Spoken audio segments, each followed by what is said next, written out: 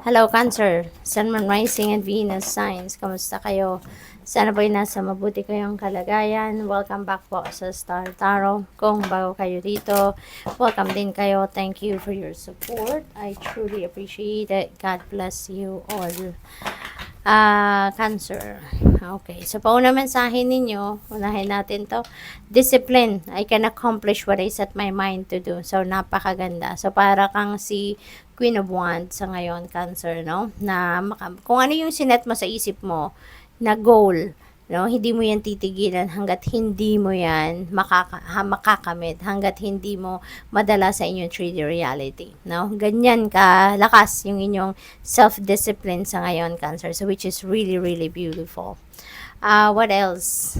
We have opportunity. Expand your horizons kasi merong oportunidad na kakatok sa inyo sa ngayon, merong oportunidad na dadating sa buhay ninyo sa ngayon. At yung opportunity na to could be linked, no? Doon sa pwedeng related sa trabaho, related sa career, related sa negosyo na gusto ninyong makuha or gusto ninyong i-put up, yung ganon, no? So, good luck sa'yo. So, tingnan natin kung ano pang mga mensahe para sa'yo. Tingnan natin kung ano yung inyong situation sa ngayon for the week. We have strength. Ayan, so magpakatatag kayo ngayon. Okay? There is a situation siguro sa buhay ninyo sa ngayon na, you know, it has a great influence ngayon sa buhay mo. Maaring game changer ito, no? Pwedeng ganon. Kaya kailangan na magpakatatag kayo, tibayan ninyo ang inyong loob, 'di ba? Dahil kailangan ninyo ngayon na i-activate ninyo yung inyong inner strength and courage. Okay? So, that's what you need to do right now. So, tingnan natin kung ano ang focus ninyo sa ngayon. So, we have the folly energy. Ayan. So, ito naman, this is change, no? So, maaaring merong pagbabago, malaking pagbabago na magaganap sa buhay ninyo sa ngayon. At ang pagbabagong ito, pagbabagong hindi ninyo to plinano, no? Hindi ninyo to plinano, hindi ninyo to kagustuhan, but you know what? This has to happen, no? This has to happen kasi ano na to, divine timing na kumbaga, no? So, kailangan na itong mangyari. Kaya gustuhin mo man o hindi, no? You have no choice, but you have to just embrace this one. You just have to accept this kasi this is divine intervention, no? This is the divine doing this for you, no? Parang ang divine, ginagawa niya ang pabor na ito para sa'yo, di ba? Na mabago, mapaganda lalo ang inyong sitwasyon, okay? So, this could be in any area of life, no? Depende sa inyong sitwasyon. Pwedeng sa external ninyo, world ninyo, no? Pwedeng trabaho to, pwedeng merong pagbabago sa sitwasyon sa opisina, no? Pwedeng ganon, or baka magkakaroon kayo ng mga bagong katrabaho, magkakaroon kayo ng bagong manager, no? Or it could be in any area of life, no? Depende sa inyong sitwasyon. So, ang expectation ninyo for the week is the wise woman. Ayan. So, guided kayo, divinely guided kayo. Kaya ang importante sa inyo sa ngayon, Cancer, you really need to focus on tapping into your intuition. Okay? Makinig kayo sa inyong intuition, makinig kayo sa gut feel ninyo kasi may guidance na binibigay or pinapadala sa inyo ang divine universe and you need to listen to it. No? You need to listen to that kasi ito yung gagabay sa iyo kung ano yung nararapat ninyong gawin, ano yung dapat ninyong gawin. What is the right thing for you to do. Okay?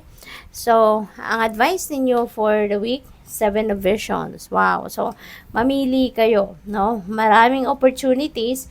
There are a wide array of opportunities coming your way. Kaya pagpilian ninyong mabuti, pag-isipan ninyong mabuti, makinig kayo sa inyong intuition, ano? Para nang sa gayon, you will be guided accordingly. At hindi kayo basta-bastang makapag-desisyon na kung ano lang naisipan ninyo, yun na yun, no? Without digging in, no, further sa kung ano man ang opportunities na to. Kasi don't settle, no, doon sa kung ano lang nakikita ng inyong mata, no, kung ano lang yung narinig ninyo, okay na yon, 'di ba, nagustuhan ninyo, okay na yon.